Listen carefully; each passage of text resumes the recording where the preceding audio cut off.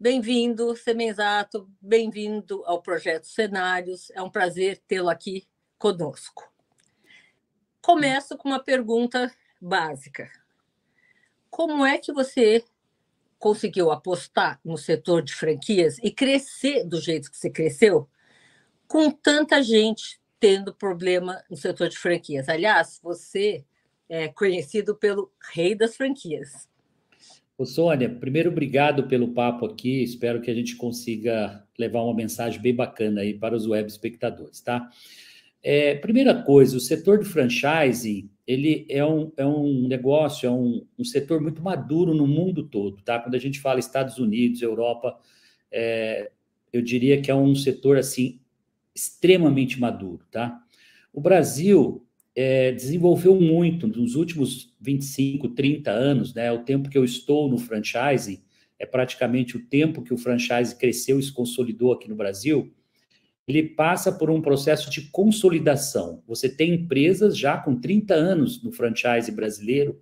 A gente pode citar algumas renomadas aqui, como Boticário, né, como Bob's, como muitas outras, tá?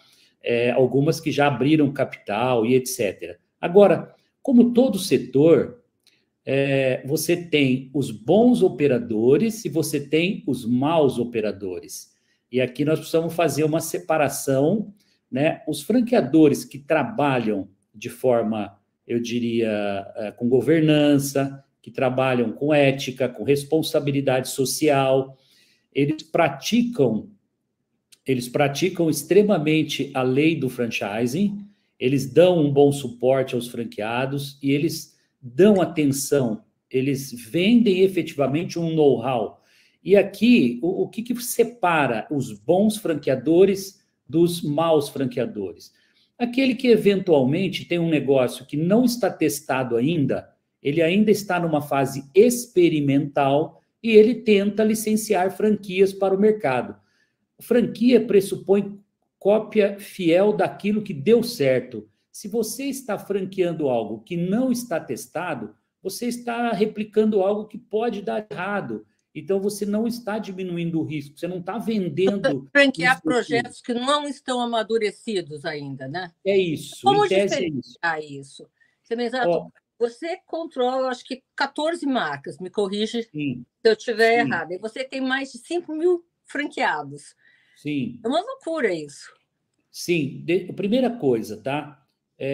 Quando a gente fala em franchising, você vive um momento que você tem... Como que eu valido se um negócio já está testado ou não? Primeira coisa, 20 franquias, 30 franquias em operação por pelo menos 2 anos, significa que essa marca, que esse negócio já tem uma certa maturidade.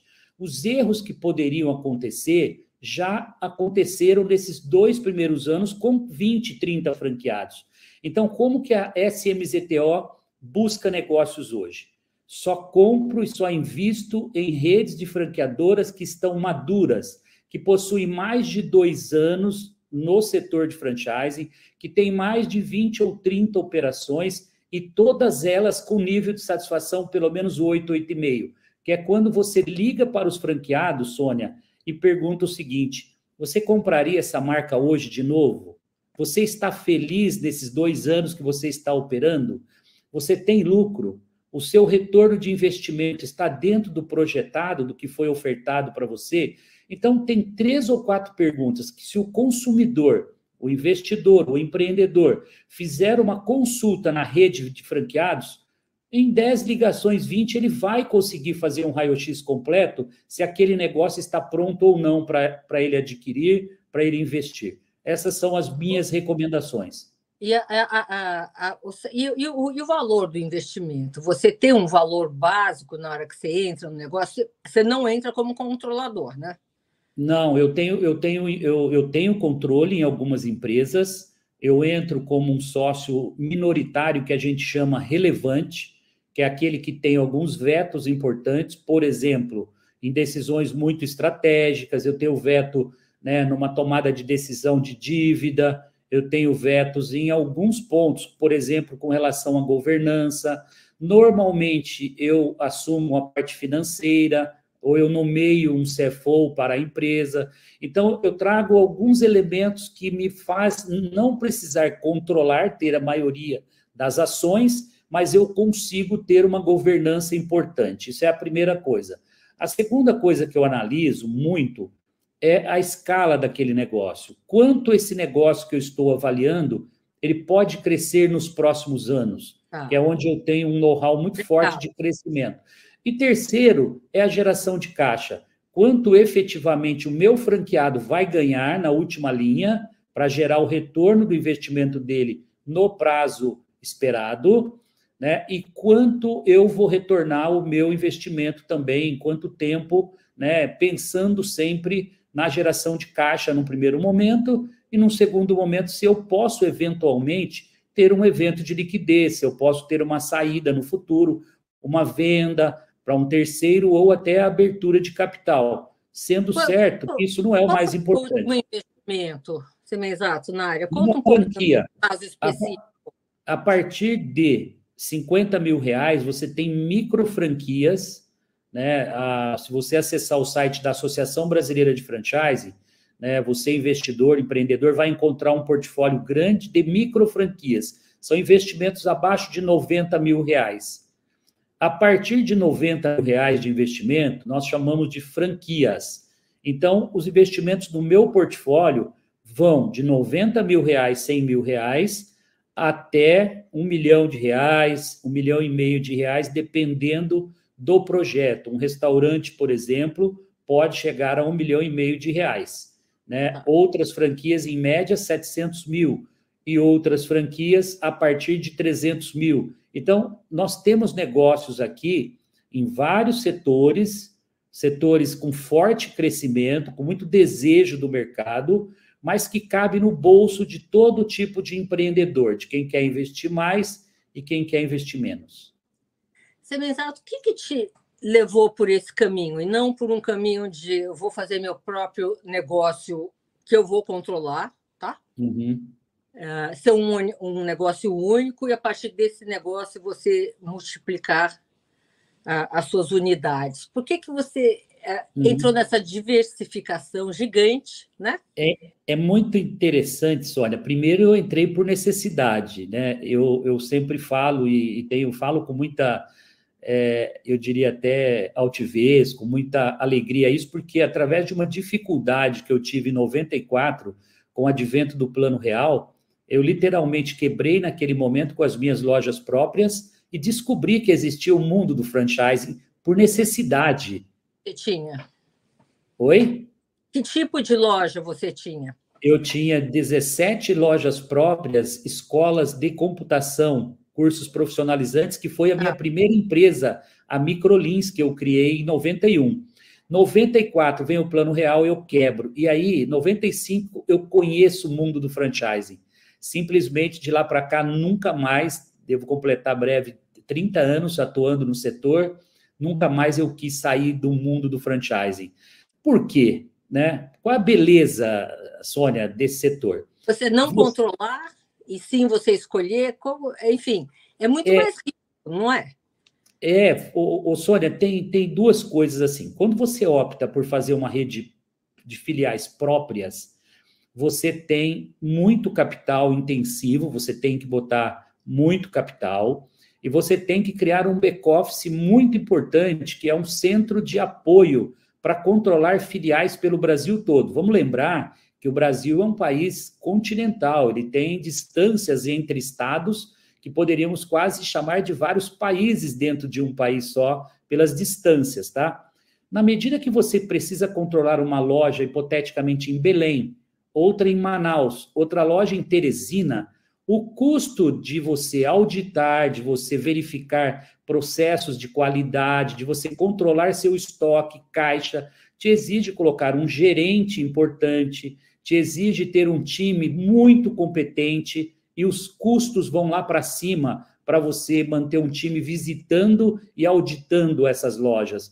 Quando você compra uma franquia, você diminui o número de visitas, por exemplo, para uma vez por ano ou duas, para fazer um checklist. Se a operação está redonda, você vai verificar a fachada, você vai verificar os equipamentos. se o serviço interno está bacana, você pode entrevistar colaboradores, mas não é um trabalho diário de abrir a loja, fechar a loja, Em controlar. resumo, que sofre é o outro, é isso?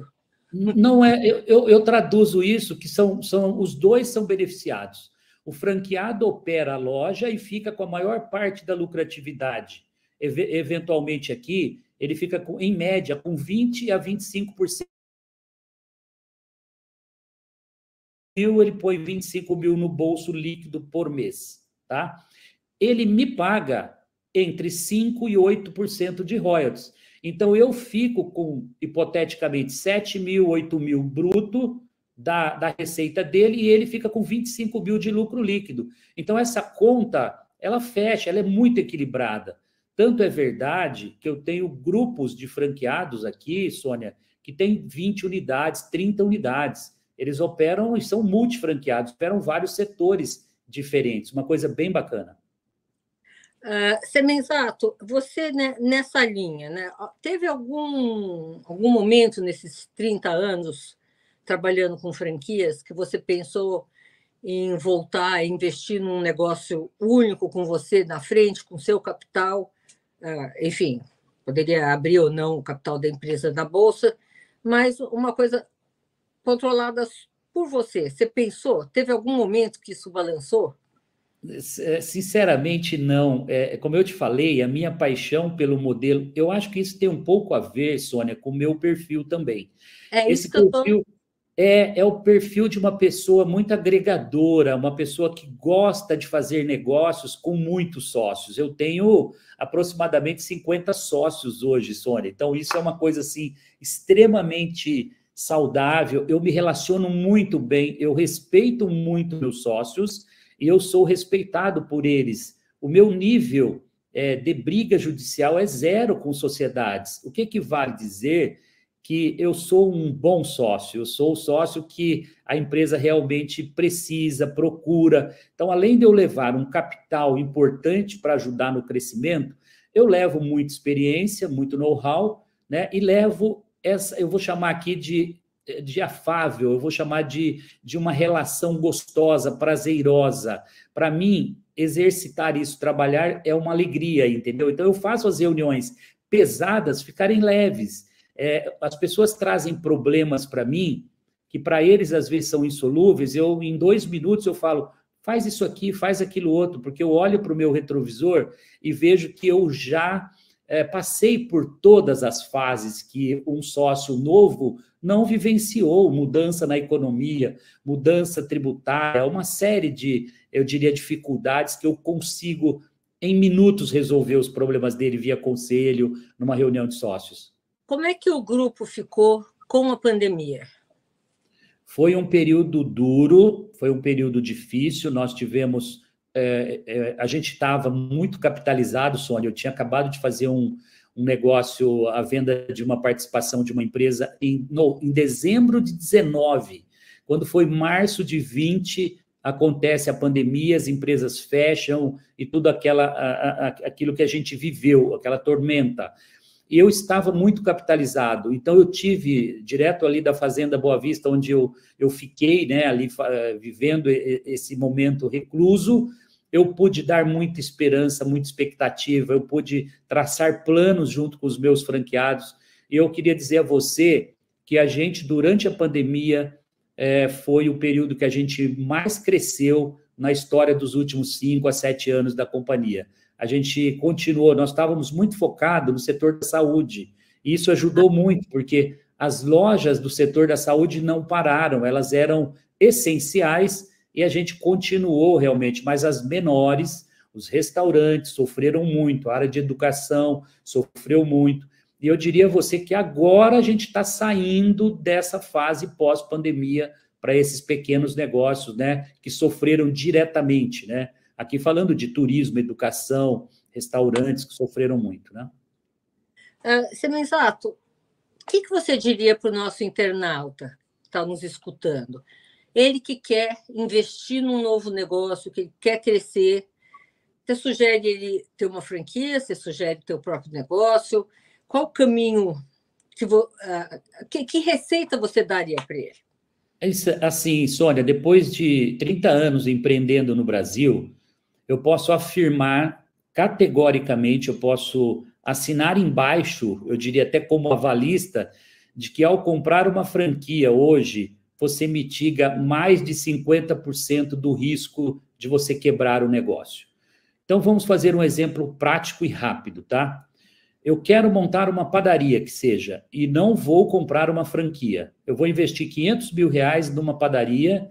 O risco de eu escolher o ponto errado, de eu não comprar os equipamentos adequados, de eu não operar esse negócio de forma adequada é gigante.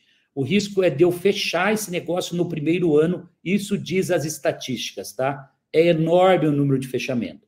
Agora, se eu optar por comprar uma franquia, seja aqui do grupo SMZTO ou qualquer marca de boa reputação do mercado, Sônia, eu tenho mais de 50% de chance de sucesso.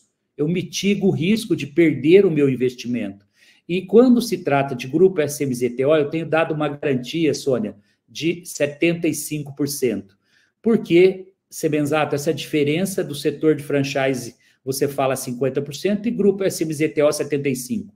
Porque eu não invisto em marcas que não estão testadas. Eu só invisto em marcas que já passaram pelo período de risco.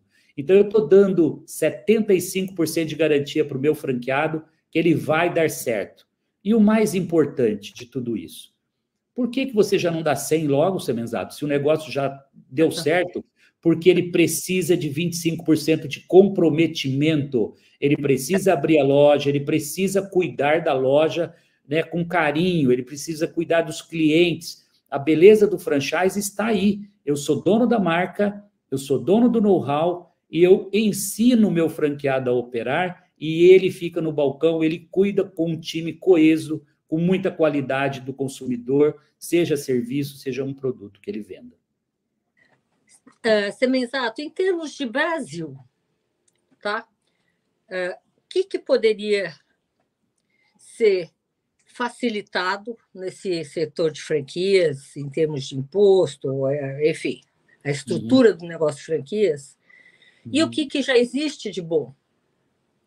A primeira coisa é a franquia, quando você compra uma franquia, você fatura abaixo de 4.800.000, salvo engano, eu acho que não mudou essa tabela ainda, você opera no Simples, tá? Então, você tem um imposto simplificado e você tem também uma cadeia de custos trabalhistas mais simplificado, tá? Então, seus recolhimentos de impostos são compatíveis com um pequeno negócio. Isso é uma beleza. O Simples, realmente, no Brasil, ajuda muito na geração de empregos. Querendo acabar com o Simples, né? Não, mas isso não pode, hipótese alguma, tá? Isso aí é a mesma coisa que você botar milhares e milhares de pessoas na rua, desempregadas, tá? Isso não pode acontecer. Esse é o primeiro ponto. O segundo ponto, a carga tributária para a empresa que cresce e começa a operar no presumido ou lucro real, aí nós vamos para uma carga tributária que eu diria assim, uma das maiores do mundo.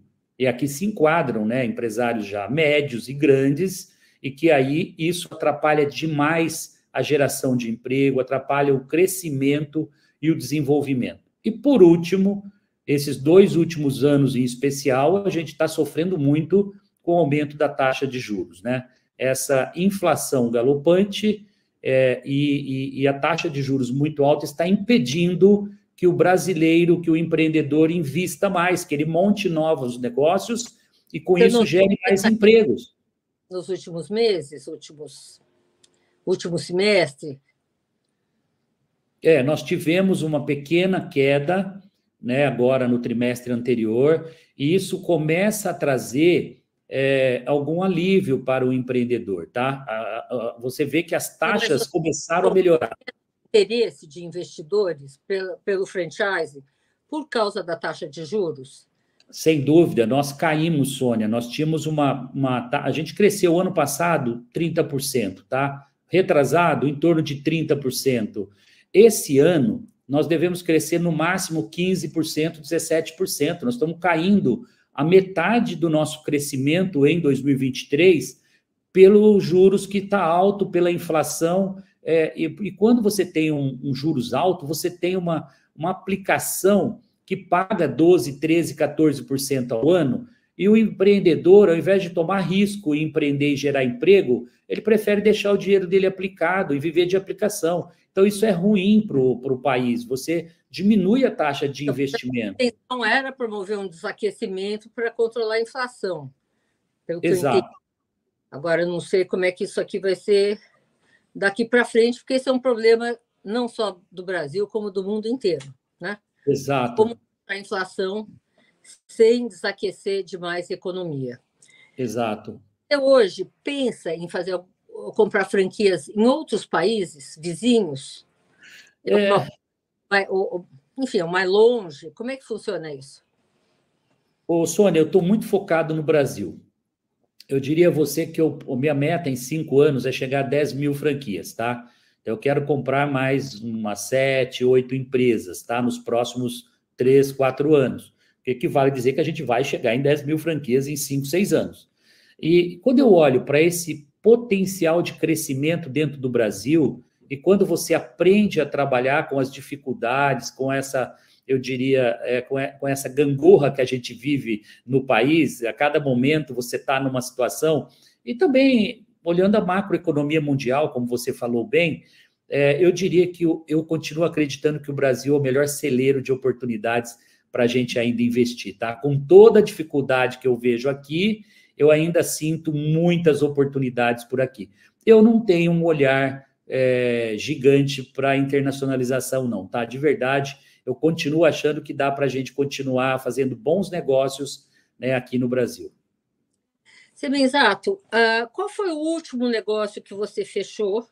Como que foi isso? Para dar um exemplo aqui específico para o nosso internauta. Como você escolheu isso? Por exemplo, eu vou te dar 2 exemplos, tá, práticos, e a gente comprou há 3 anos atrás, 3 anos e meio, uma participação numa companhia chamada Oralsim, que ela é especialista em implantes, tá? Eles existiam naquela época com umas 100 e poucas clínicas, hoje, 3 anos e meio depois, são 500 clínicas em operação no Brasil dessa mesma marca. A gente simplesmente fez crescer nesses 3 anos e meio 20 vezes o tamanho dessa empresa, tá, em termos de faturamento. Então, isso para nós traz assim uma riqueza muito grande em todos os aspectos. São muita gente transformada através das franquias, são sorrisos transformados, né? Mas o mais importante, a nossa última aquisição foi na área de harmonização facial. A empresa chamada Royal Face. A harmonização facial. E essa empresa, a gente entrou nela com 250 clínicas, então já é um negócio grande, né?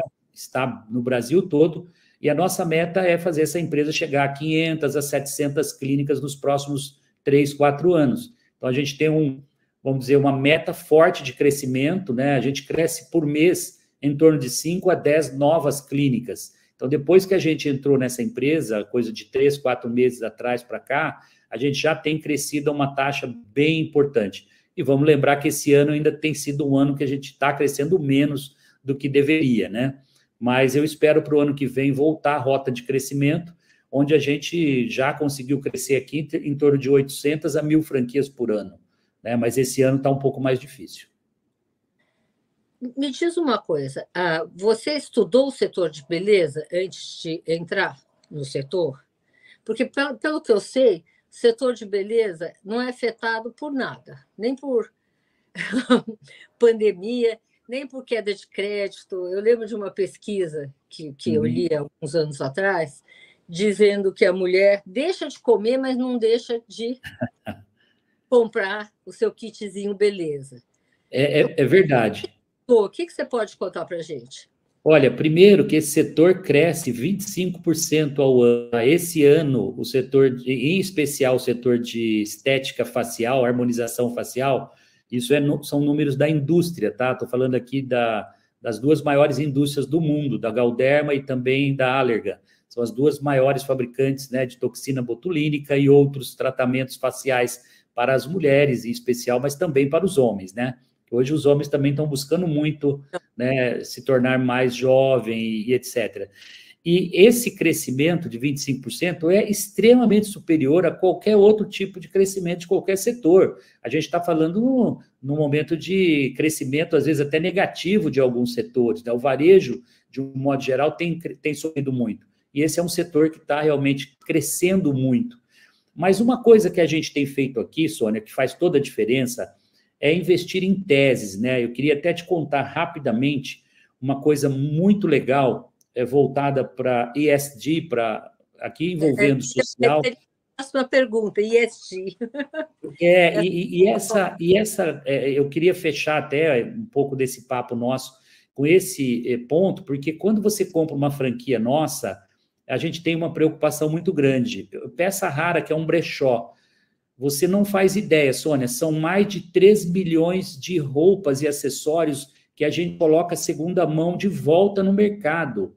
Isso traz uma economia absurda no meio ambiente, que é, ao invés dessas pessoas irem comprar uma peça nova, ela está ressignificando e colocando uma peça segunda mão em uso. Mais de 3 milhões de unidades.